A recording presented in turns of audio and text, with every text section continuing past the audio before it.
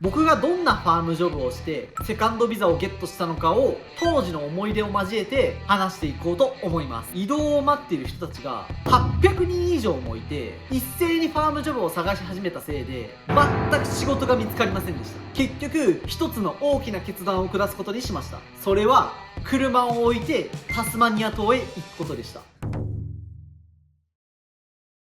タスマニアのシーズンを調べた時に12月からチェリーのハイシーズンが始まることが分かりました。そしてタスマニアのホバート近辺を調べた時に1軒だけワーキングホステルがヒットしたのですぐさま電話しました。そしたらテントサイトなら空いてるし仕事も紹介できると言われたので、これ以上ここに留まってグレインコープの別のサイトに移動できるかっていうわずかな可能性にすがるよりタスマニアに行ってチャンスをつかみに行こうって思いました。ただそれと同時にオーストラリア最強アイテムの車を持っていけないということも徐々に分からされました。タスマニアに車を持っていく場合フェリーに乗せる必要があるんですけど、予約がいっぱいで1ヶ月半は待たないといけなかったんですよ。後から車を持ってくることも考えたのですが、シドニーから予約したホステルに戻るまで最低でも3日かかる上にフェリーの料金が片道500ドル、しかもタスマニアにずっといるわけではないから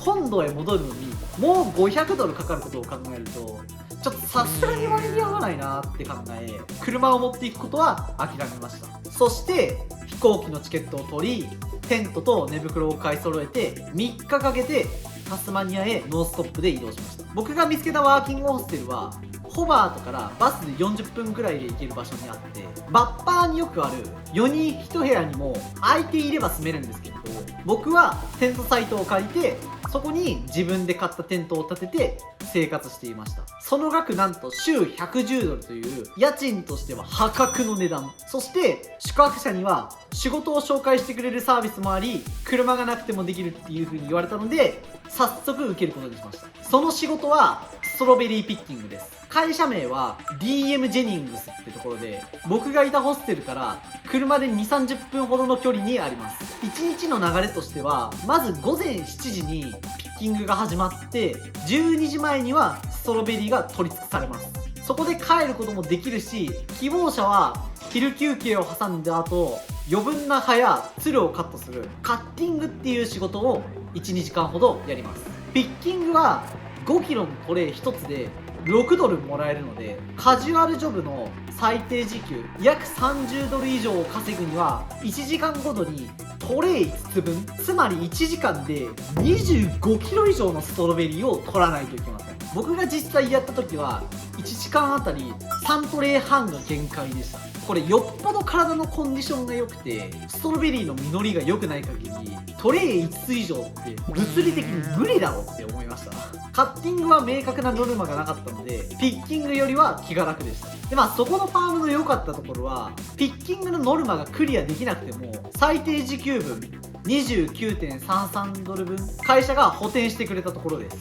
だからカブルチャーやスタンソープに多くあるベリー系の悪徳ファームではこの仕事を最低時給保証なしでやらせているから相当えぐいことをしているなって思いました。ただ最低時給が保証されているがゆえにスーパーバイザーにもっと早く取れもっと早く切れっていう風に常にせかされていました。しかもストロベリーが地面になってたので毎回しゃがんだり立ったりを繰り返さないといけないし、雨が降ったら1日2日は仕事ができなくなってセカンドの日数もお金も稼げない。おまけに体力がない人は次々とクビにされていってました。そんな過酷な状況をいち早く脱するべく仕事探しに挑んだのですが、やっぱり車がなくて直接アプライにも行けませんでした。おまけに車持ちの人がストロベリーとは別の仕事へどんどん移動して車なし組だけが取り残されてしまいました。もうダメだ、これ以上俺らストロベリーの仕事すらできないっていう風に思いましたが、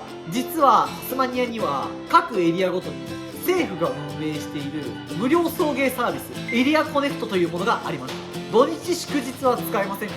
平日なら前日にその地域の担当ドライバーに電話してピックアップしてもらうことができました。帰りの時間は仕事が終わってからじゃないとわからなかったので、そんな時はヒッチハイクして帰りました。ぶっちゃけた話、自分がヒッチハイクをやるとは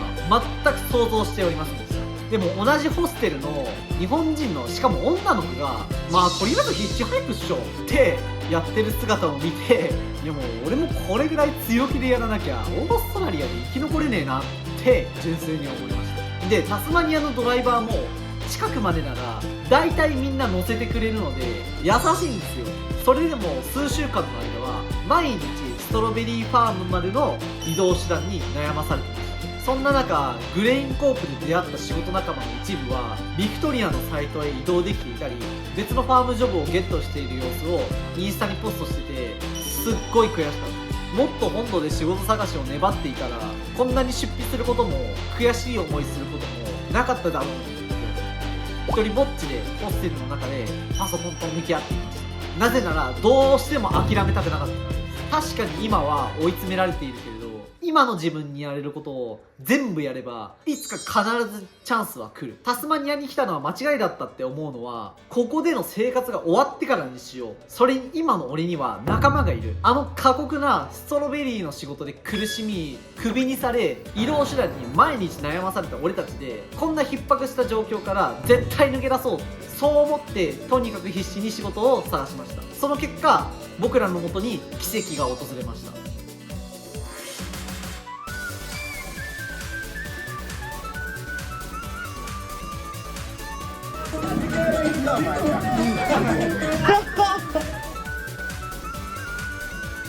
天使の地球って感じだわ、ほんと。